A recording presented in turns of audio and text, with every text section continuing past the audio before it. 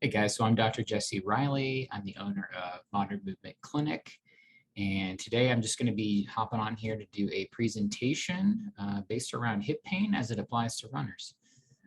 We'll be providing some videos afterwards to give you a few ideas of how you can get some strength going and maybe start heading in the right direction with your running, whether you're going through pain or you're trying to progress it. What do you say we get started? So real quick, I kind of want to go over a little bit about myself. Professionally, I am what I would consider a non-traditional chiropractor. And basically what that means is I kind of combine elements of chiropractic, PT, strength trainer. I'm aware of many hats. And so it all kind of depends on who's walking in the door of how I'm going to handle that situation. So I can handle anybody who is in like acute pain situations, all the way to people who may be not even facing any pain at all, but maybe want to work on some sports specific development stuff too. Okay. A lot of people sometimes think I'm a therapist as well. That all kind of equates to that I have quite a few degrees. I've got my doctorate. I've got a master's in sports rehab and exercise science. And then I also have a couple bachelor's degrees. Long-winded way of saying I just have a lot of student loan debt. You can kind of see here on that next point that I take a biomechanical and almost like a physics based approach to working with people as it applies to movement specifically. So what that means is what may work well for one person is not going to work well for maybe this other person. And then it all comes down to the assessment and how I watch them move and interact with not just their sport, but certain variations of movements that are in their sport. Take, for example, running. There's many different stages of the gait cycle when it comes to running. So some of these tests, like maybe stepping down off a step, is going to give me a better indication for this person rather than it might for this other runner over here that may be dealing with something different, or maybe they interact differently with the movement itself. And that's going to give me further explanation as to what's going on, why is it going on, what do we got to do about it. From a non-professional standpoint, you can kind of see a couple of pictures here. I took the top one with kettlebells in my at my place that we live, my wife and I. I like to do strength. I like to run. I like to do a lot of things, and it all kind of revolves around some form of activity. And that's usually what I try to fill my free time with. I don't really have much free time anyway, owning a practice and working on people and working on an online space and trying to progress professionally every single day, trying to be a good husband and in the future, a good dad. And so it doesn't leave me a lot of free time to do a ton of stuff, but usually it revolves around activity. You can kind of see that bottom picture there was a half marathon that I ran up in the mountains. I'm located in the Denver area. I was born in the Midwest, so I would like to think that I'm pretty nice and kind to people. But as far as where I have went to school, I've kind of went all over the place. I've been in Missouri as far as school goes. I did my undergrad kind of right outside of St. Louis. My grad school was in St. Louis, and then traveled and did kind of like a residency internship out in Los Angeles for a little while. That took me to Nashville, where I worked for a couple of years. And then now I kind of reside in the Denver Golden area of Colorado. Huge sports fan, I would say, as it applies in tiers. My dad raised me as a LA Dodgers fan. So that's probably my biggest team that I'm a fan of. And then I would say the next team would probably be the Dallas Cowboys. Again, don't blame me, blame my father. And then from there, it kind of jumps down into I'm a homer as far as the Denver Nuggets and the Colorado Avalanche go as well. But just in general, I love watching sports. I love watching people move in these like epic performances that they do on a day in, day out basis. It's mind boggling. And like I said, free time, I don't really have a whole lot of that. So I'm usually trying to geek out on biomechanics or doing things like this for you guys. let's talk about what we're going to talk about today. So our little roadmap is we're going to talk about, as it applies to hip pain, likelihood and prevalence. What is hip pain in general? Because I think you could get a bazillion ideas just by hitting Google on hip pain. So I'm going to try to clear up some of that stuff so we don't have to think worst case scenario. We'll talk about kind of causes and locations and what that all means. We'll talk about some strength strategies that you guys can apply with that. That'll be kind of the video that you'll see after this presentation. And then we'll go over some running strategies as well before we hop off this presentation.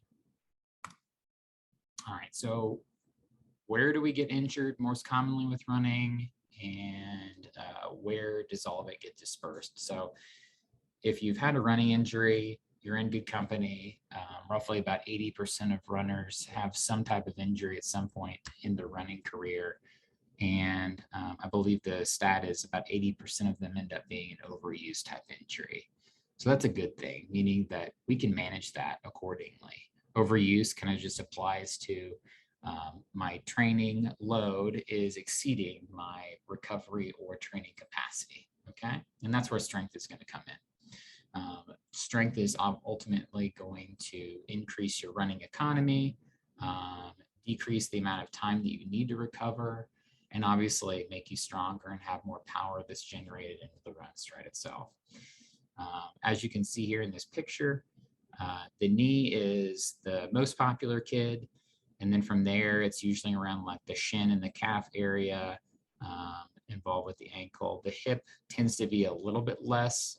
That doesn't necessarily mean that it's not as important though, okay? It's kind of like for your kids. You tell them they're all important, right? But you always have a favorite. I'm an only child, so I don't know that personally. And I don't even have a kid yet, but I'm just guessing if you hear that, that it somehow applies to what you think. All right, so what is hip pain in general? Okay, I think that's the biggest question that people face. And obviously there's different tissues involved with things, but the overarching concept is, let's stick with what we see here on this slide, because you're going to go to this chiropractor and they're going to tell you you've got hip impingement or bone on bone. And you may go over to this PT and they may say that you have a short leg. Or you may go to this trainer and they're going to tell you that your glutes are turned off. Guys, throw that all out the window.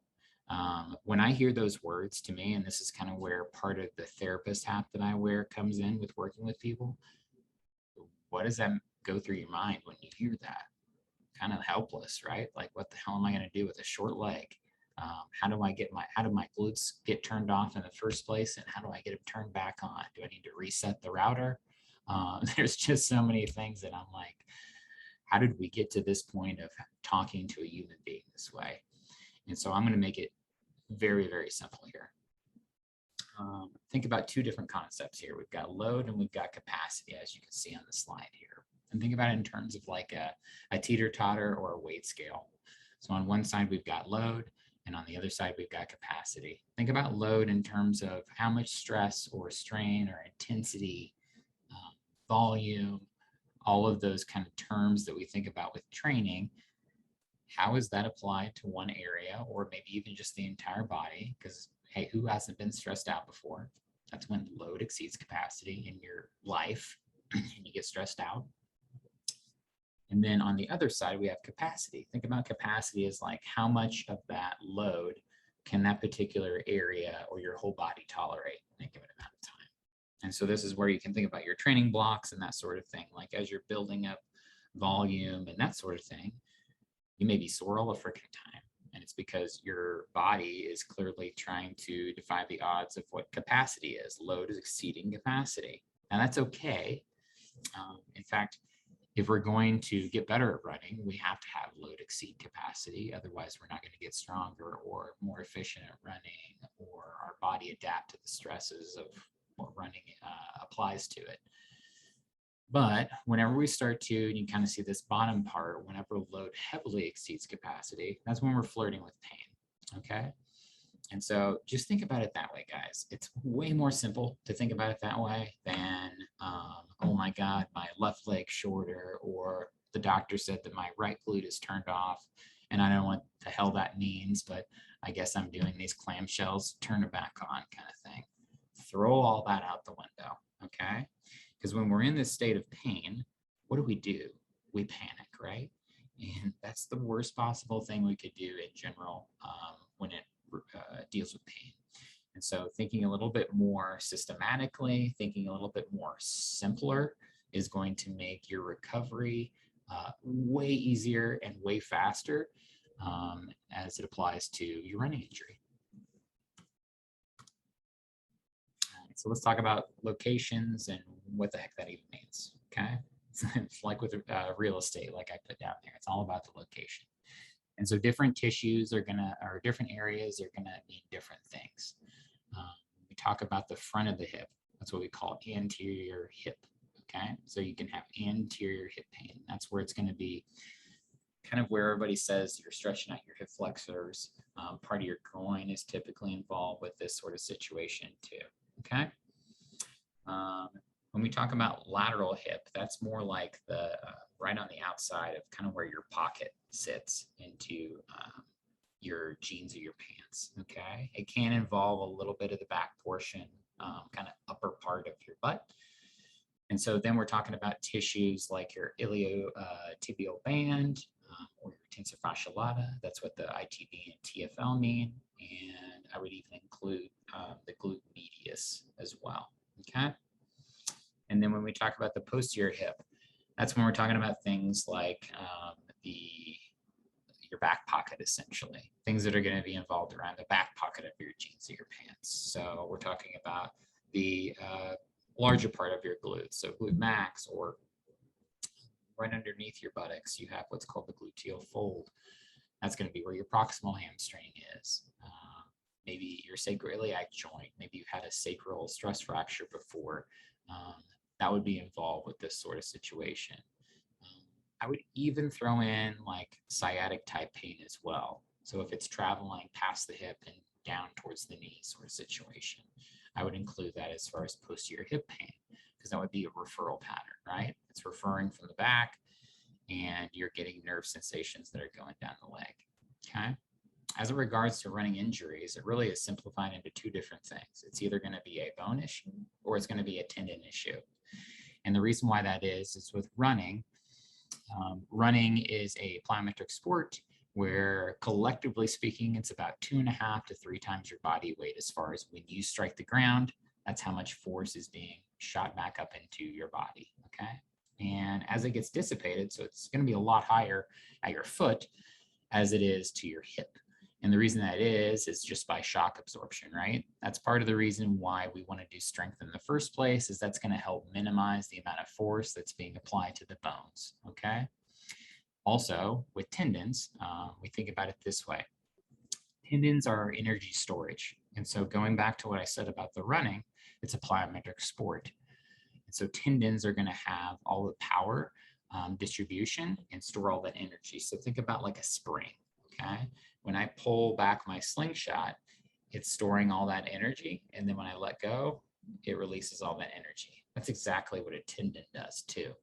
And so this is, again, where strength can come into play, because now we're talking about not just more resiliency in your runs, but we're talking about power, AKA faster, okay?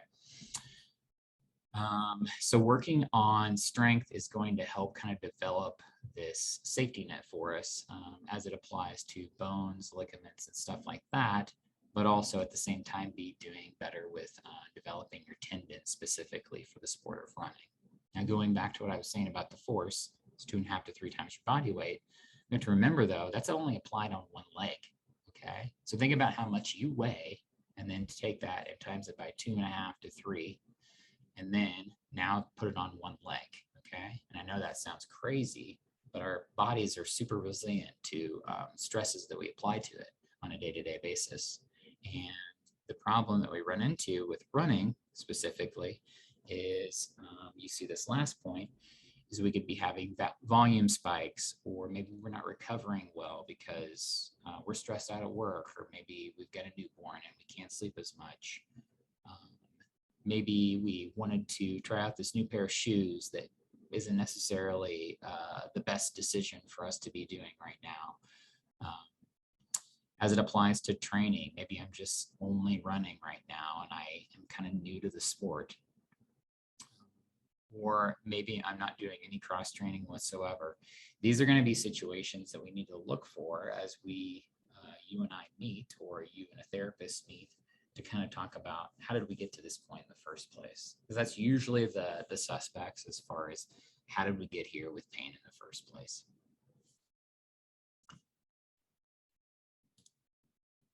All right, so let's talk about strength strategies here. We're moving right along because I don't want to make a long video for you guys. So like I mentioned before, running is a single leg plyometric sport that's about 2.5 to 3 times your body weight over a general amount of time, measured obviously in miles, kilometers, or time-based. The problem that we run into here is that when we land on one leg, no one is built symmetrically.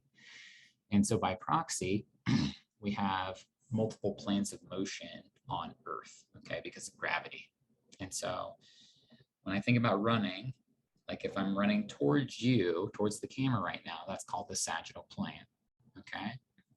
If I'm doing this motion side to side, that's what we call the frontal plane, okay? And then the last third plane of motion here is if I'm kind of punching or rotating towards you, that is called the transverse plane, okay? A lot of times what I typically see when I assess people with running stuff is usually there's a disconnect with the body in terms of mechanics as it applies to the frontal or the transverse plane, okay? So going back to what I was talking about with forces and overuse and stuff like that, we have to think about running is on the sagittal plane. However, when we start to go from one foot to the other, because the other foot's in the air, gravity is now trying to pull us in these different directions. And this is where strength comes in to help with stabilizing those forces too. Think about it in terms of balance. Like if I just had you stand on 2 feet, that's one thing. But if I had you stand on 1 foot and cross your arms, now it's going to be a completely different story, right? It's a lot harder in theory. So this is where the load and capacity come into play, and why strength training is going to increase your capacity, and therefore you can tolerate more load. Starting to make sense now, right? Let's talk about running strategies now. So I think the biggest thing, and this is probably more applies to the knee than it does the hip per se, but I will say that cadence manipulation, or at least knowing your cadence and being able to be mindful of what that feels like, is huge for a runner. Running specifically with cadence, if you increase your cadence by about 5%, this is just based on a research study, you can have a 20% positive effect at the knee. So a lot of people, like you saw, 50% of running injuries revolve around the knee. If I work on my cadence, sometimes honestly, I've seen that to where it completely resolves any issue as far as the person's knee pain. And then from there, it's just being able to, hone in on that. And you're out the door. You only see me like one time. I'm not a magician. I'm just a scientist, okay? And so having that tool is a huge tool in your tool belt to be able to manage some of the pain situations you might have with running, okay? I think about mileage, and obviously your training involvement is very important too. If you've got 1 week where you're doing 20 miles and then you're like, oh, that's great, that went well, let's do 50 the next week, it's not going to go well for you. I can just forecast that with my foresight, okay? So you want to keep mileage pretty steadily progressive. There's many rules out there as far as how much to progress week to week. I would say your smartest way to do it is 1, track it, and 2, just being more mindful of it. So if last week went well and you're trying to progress your mileage or your volume, I wouldn't jump up a whole lot to the following week, but there's definitely leniency that your body is clearly giving you signs to allow you to do more. And it's going to change week to week, guys. So again, if no one is just level throughout an entire year, right? We have times where work is really stressful, or man, I'm really dealing with my kid not sleeping at night or something like that. Those are going to clearly have an effect on your training progressions. And so this is where just being mindful is so important. Okay. I would say ultimately the biggest thing is if you're going to take the running seriously, that you should probably hire a coach. Okay. They're going to work with you on platforms like Training Peaks, for example, that's going to spit out a stress score for each run, because it's going to be based around your heart rate and that sort of thing, along with the program that day. And it's going to allow you to have a better idea of like, ooh, okay, maybe I'm verging up on this yellow light. I shouldn't be in a big hurry here. I'm just going to go ahead and slow down and stop at this point. Or maybe it's a situation like, oh, I felt this before. This feels familiar. I'm going to go ahead and just blow through this yellow light. No big deal. Those are things to where the more mindful you are about your running and just how clued in you are with what you're feeling in your body, the better off you're going to be moving forward as you build mileage and become a better runner. Okay. Last point on this slide is you want to check your terrain. Okay. So when we think about lateral hip pain and even just really lateral knee pain as it applies with what you're dealing with, you're going to be more prone to downhills and easy runs that might be a little bit more painful or maybe more provocative for what's going on with your hip. Okay. Whereas if we're dealing with anterior, posterior hip pain, you may be more prone to uphills and speed runs. And the reason I tie these in is I think about the lateral hip going back to cadence. Okay. The longer my foot's on the ground, the more we call what deformation phase of gait is happening, meaning that I'm absorbing all this energy and I'm going to push it off. Okay. And as that happens, you have to think that force is moving up the leg. Okay. And so what happens is this is when we start to move in this frontal plane or maybe the transverse plane, and that's usually where it gets distributed as far as pain signals go, is usually on the outside of the body. Okay. That's why cadence is so important. Is I've got a couple mentors, and one of them mentions that you should have your gait or your cadence, or the amount of time you're on the ground. It's kind of like a bank robbery. You want to get in, you want to get out. Okay. Because the longer my foot's on the ground, again, that's the more deformation we're going to have in our body. But if I'm getting in, I'm getting out, there's not enough time for my body to kind of absorb that. And so again, this is where strength comes into play. I could just strike the ground harder, have more strength, develop more power, and I'm not on the ground for very long, and I'm on to the next step. Okay. As it applies to posterior and anterior and posterior hip. If you think about running uphill, you're going to naturally have a little bit more bend at your hips. Okay. You're going to lean more forward, and that can sometimes have a negative effect in the hip flexor area. You're also going to naturally tend to run more on your forefoot. And so because of this, especially with as it applies to speed as well, you're going to naturally put more effort into what we call the posterior chain, specifically like your glute and proximal hamstring. And so that is where I tend to see a few commonalities as it applies to people's pain. All right, so I feel like I did a pretty dang good job with this. You guys can find me at modernmovementclinic.com. My email's down here at jesse@modernmovementclinic.com. You can follow me on Facebook. I do post occasionally on Instagram as well. I try to make that fun and comical, just so you know, like, hey, I'm a human being too. And so I try to make sure that I'm pretty active on social media as well. But stay tuned, because we are going to jump to 7 exercises you guys can start now to work on your hip. Hey guys, back again. Basically what we're going to do is we're going to go over a few things you can do mobility wise for all things hip pain, and one thing that we can do at the ankle that might help a little bit with their hip pain as well. And then we're going to go over a few different strength and stability type exercises that you guys can get going on now. we'll kind of go through some progressions of those just to make sure that you guys have an entry point. Want to make sure that as far as pain goes with this, we want it to be like minimal, if nothing whatsoever, other than maybe just the amount of work you're applying to the area. If you do it and you happen to feel better after, great, that's fantastic. We're finding the effect of what we're doing. If you notice that it might seem actually worse after, you may take a day, rest it, try one more time, and if it's still kind of not so great, then maybe we just kind of cut it out.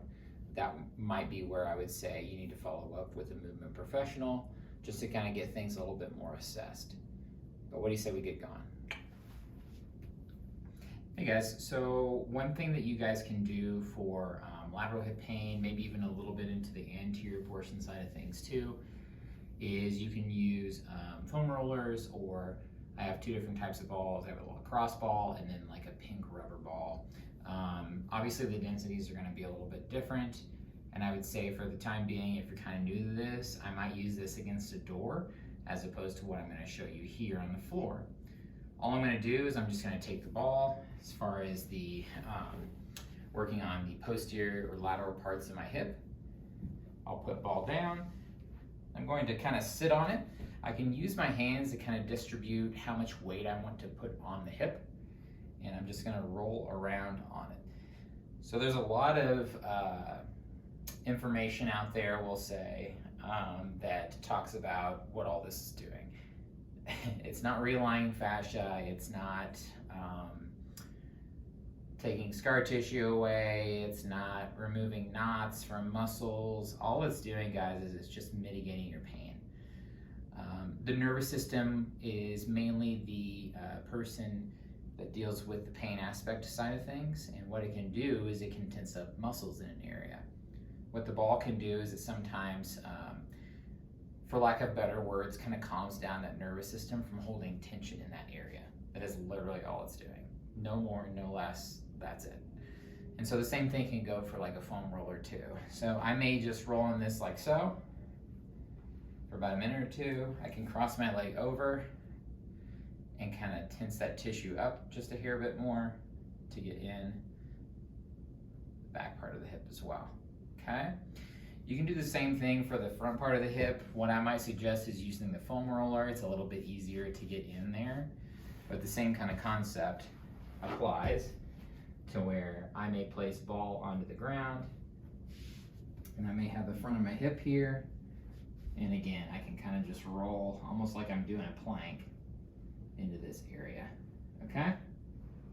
Doesn't need to be anything where more is not better. In fact, more is probably not better. Use it to your tolerance of what you can deal with pain-wise, okay? A couple minutes, that's all you need as far as a warm-up or a cool-down. So another mobility drill we can do is actually less about the hip, more about the ankle.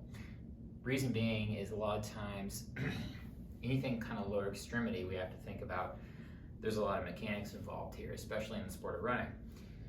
And so more often than not, I feel like I'm caught seeing a lot of people with a little bit less mobility than what we would desire in the ankles. So nice easy way is just grabbing some heavy resistance bands. I usually use about the thickest one. I mean, some come in like obscenely thick bands, but this one is about a 50 to 125 pound resistance one. What I'm going to do is I'm just going to strap that through my foot.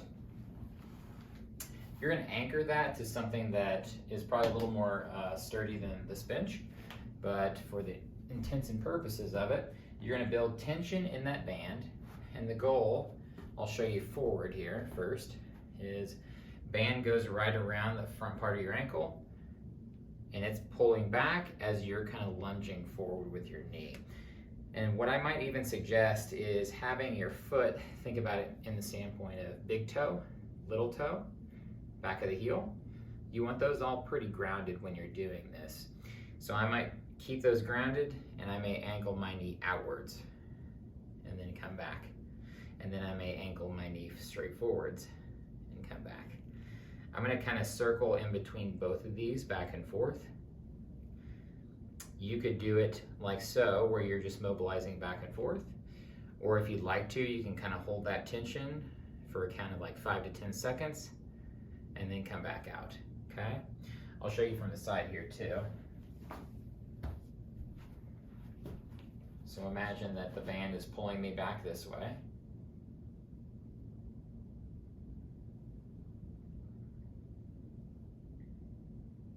And like I said, I'm just going to the side, keeping my feet grounded and straight ahead, okay? This doesn't need to be anything too elaborate either. Maybe I'm thinking 1 to 2 minutes as well, focusing on one foot and then the other side. It's just a good way to kind of prime your ankle up for movement. I would definitely say this is one where if you're gonna do this, we've got to couple this with some strength exercise as well. So let's jump into some strength exercise for hip pain. So in regards to lateral hip pain, one of the reasons that we're gonna be doing this drill is you may have watched in the presentation talking about the frontal plane. Typically, whenever we have load that's being applied into the lateral part or lateral aspects of your hip, it's because we have a little bit harder time controlling that plane of motion. So this is a great drill to get started on. I'm going to kind of show you the first progression, and then we'll talk about what the other progressions look like after that, okay? So first one, you're going to set up into what's called a side bridge. And so all it is I'm going to stack my legs. I'm going to have my ankles in line with my hip in line with my shoulder, and then this elbow is going to be in line with this shoulder. I feel like a lot of people, when I initially give this, is they get a little sloppy here. I want you to feel like you're trying to push the ground away from you. That's going to build tension kind of along the lateral part of your torso or trunk. And then the next thing is that I typically see is people come straight up. I actually want you to more come forward and up. So it's like kind of getting up out of a chair. It's gonna look like this, okay? And so this is called the side bridge, okay?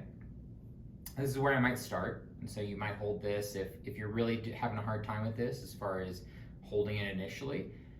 I would start by trying to set a goal for 30 to 45 seconds, okay? So you would hold that in this position like so. This loads the hip as much as it loads the torso. So I'm pushing my knee into the ground and I'm bracing my torso, and it's getting an effect at both areas here, okay? Where I might go next with that is I may take the top leg and bring it into play. So let's say you wanted to work on your right hip and you're having a little bit of issues laterally with either your TFL or glute med. Good way to start with that, you're gonna come up. So I'm driving into the ground again. I'm gonna take my top leg, I'm gonna tense it up as well by bringing my toes to my shin, and I'm gonna lift it up. Usually I say the cue is to lift it up and to the point of where this guy right here says hello. And you're gonna try to hold that for a goal of about 30, 45 seconds. If you wanna go for a minute, completely fine too. If you wanna do reps instead, completely fine as well, okay? That's probably the best place to start with those two as far as lateral hip pain goes. Let's move on. So a way to tap into more of the posterior part of the hips and a little bit of the hamstrings is there's a couple different ways to do this. We're gonna do what's called glute bridge marching. And so I'm gonna show you just regular glute bridge first, then I would progress to the marching, and then that's when I may tap into, if we're going with proximal hamstring, I may do a couple different elements with that as well. So first things first, I'm just gonna go down onto my back. My head rests on the pad. You can have it on the floor, it's perfectly fine. I would say initially, if you're pretty new to the movement, you may have your hands down on the ground to steady yourself. And then the idea is as you get more balanced, we're gonna go arms across the chest, okay? So my feet are about shoulder width apart, and I would say maybe like a forearm's length for me away from my butt. You can play around with this. Honestly, the further away your feet are, the more you're going to have hamstring, and the closer they are to you, the more you're going to have hips and butt, okay? So I'm here, I'm going to bridge up, And so I make sure that my torso is pretty stiff here. I also want to make sure that hips are squeezed and my feet are pretty grounded. We talked about that kind of tripod between big toe and little toe. Make sure those are both on the ground to kind of help support you, okay? So I may first just hold this as far as the glute bridge goes. You may do it for like reps as far as, let's say, 10 for 5 seconds, or you may just hold it for 30 seconds. It's completely up to you. If you want to do reps as well, also completely fine. So the next progression would be marching. And so I may suggest doing one leg first as far as reps go, and then switching to the other side. And what you may notice is your affected side may have a harder time holding what's called hip extension, okay? This is kind of where we generate our power to push through in our run. And then as we get a little bit better with that, that's when we can cycle back between the two.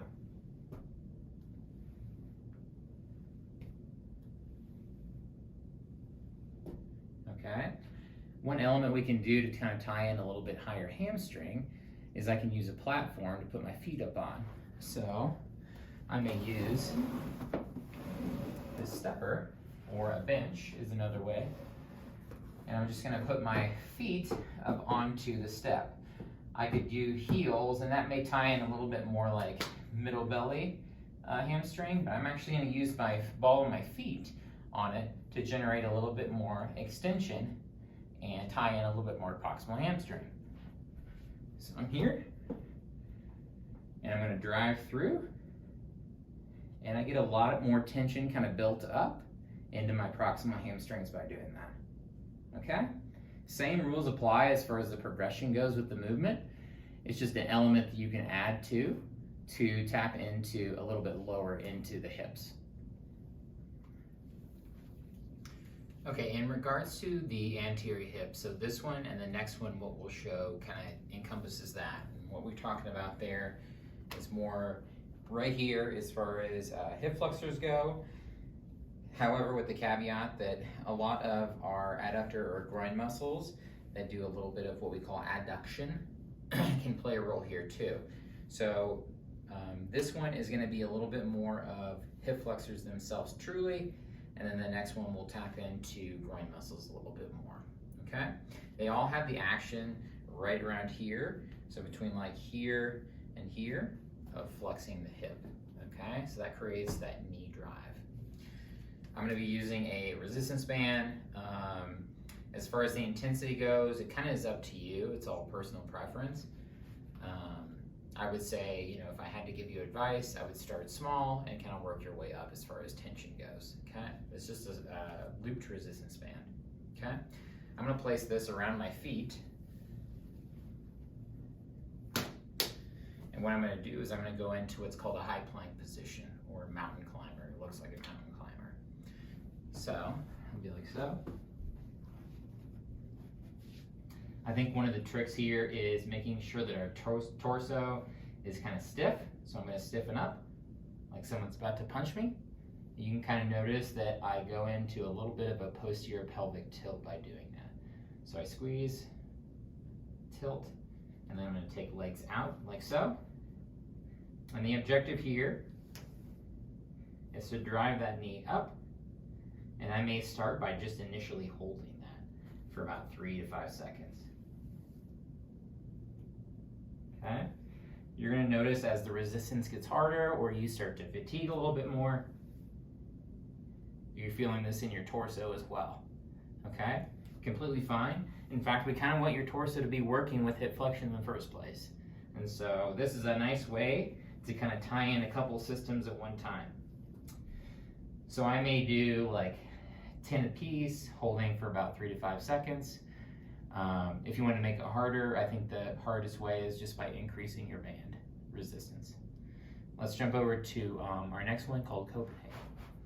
Okay, so as far as the Copenhagen Plank goes, there's 2 different types, and I'll show you the progressions of both. I will say that the first one is what we call a short lever. That one's going to have more of an effect at the hip as opposed to the long lever one, which is going to have more of an effect kind of at the knee. Let's start with the short lever, and then we'll talk about what the progression looks like, and then I'll show you the long levered version after. Okay, so it looks almost like a plank. The only thing is the top leg is different. So I'm going to use a bench or something sturdy that I can place my leg up on. And how I'm going to get into the position is bottom leg's going to be down, and I'm going to have my top knee up like so. So I would say if this was a little bit lower, I might have my knee kind of bent at a 90-degree angle. Otherwise, this is pretty tall, so I'm going to make sure I have a good fitting there, okay? So first progression is I'm just going to use my bottom leg to kind of help support me. So it is almost like a plank in the sense of the hold it part. So I'm here, my bottom leg supports, but I'm driving this knee into the bench as hard as I can, okay? As that gets better and easier for me, and again, I'm gonna hold this for like 30 to 45 seconds, I may take my top leg and I may extend it out like so, okay? As that gets easier, I'm gonna now start to take it away and hold. And then as you get more and more experience with this, you can now start to do reps. So now I'm lifting my body up by driving my knee into the ground, or the bench per se. Okay? It's a great way of kind of loading this inside part of your groin and hip, the front of the hip, okay? Long levered version, I'll just show you the first part. Is leg is up on bench, and I'm here, okay? And again, it's not to say that it doesn't have an effect on the inside part of your thigh, but it feels a little bit more at the bottom part of your knee, or top part of your knee. And like I said, start off with holding. As that gets easier, then you can start to do reps. All right, so our last one is going to be more of like an all-encompassing exercise that ties in the concept of dropping down into the eccentric phase of running. So this is kind of think when I make contact with the ground, what happens? I come down into almost like a single leg squat per se. It's a little bit of a hinge, a little bit of a squat. So all you guys need is a step, and what I'm gonna do is it takes a little bit of balance, so that might be the initial thing that you guys work on, is just being steady and feeling this stage of balance, okay? What I'm gonna do is I'm going to start to drop down, tap with my heel, not fall, but very much control the slow eccentric phase of this, and then push back up, okay? And like I said, this is a more advanced movement, so it might take a little bit of time to get used to. So for the meantime, what I may do is I may try to step back, okay? This taps into back of the hip, lateral hip, a little bit of front of the hip, and I'll show you why. So some people have a little bit longer anatomical femur than others. So where this comes into play is more like with a squat. So when we have barbell back squat, you may see some people kind of fold over a little bit more, whereas others may be able to stay a little bit more upright. A lot of that just has to do with your anatomical structure. So again, what it may look like is I may have to bend my torso a little bit to get there. That's okay. What I want you to try for, and I think the goal in mind here, is to be able to have a couple different ways to do this. So if you do that naturally, what I may say is, hey, okay, I want you to try to go hands behind head and see if you can stay up a little taller, okay? And these are mainly for reps. It's called a lateral step down. And so I may hit 10 on one side and then switch to the other. I'm gonna show you from the side now. So what it looks like here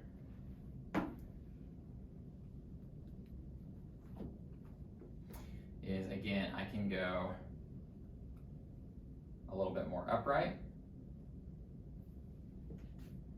or I can fold down a little bit more. Okay. the goal in mind is to have a couple different ways that you can do this, so that you're not kind of pigeonholed into one specific movement pattern. Being a little bit more robust is going to make you a better runner and have less injury. So I certainly hope that this has helped you guys learn a little bit more about hip pain in regards to running, and how it can be caused, the prevalence of it, and then what you guys can obviously do about it from not just a running standpoint, but from a strength standpoint as well. If you guys ever want to reach out and know a little bit more about these certain things, you can find a lot of my information in the bottom of the caption here. Go ahead and like and subscribe if you would too, and share it with some running friends if you got some. If you guys need any consultations, I absolutely do that online. I work in both space and live in the Denver Golden area, and then I also do online consultations as well. Thank you so much.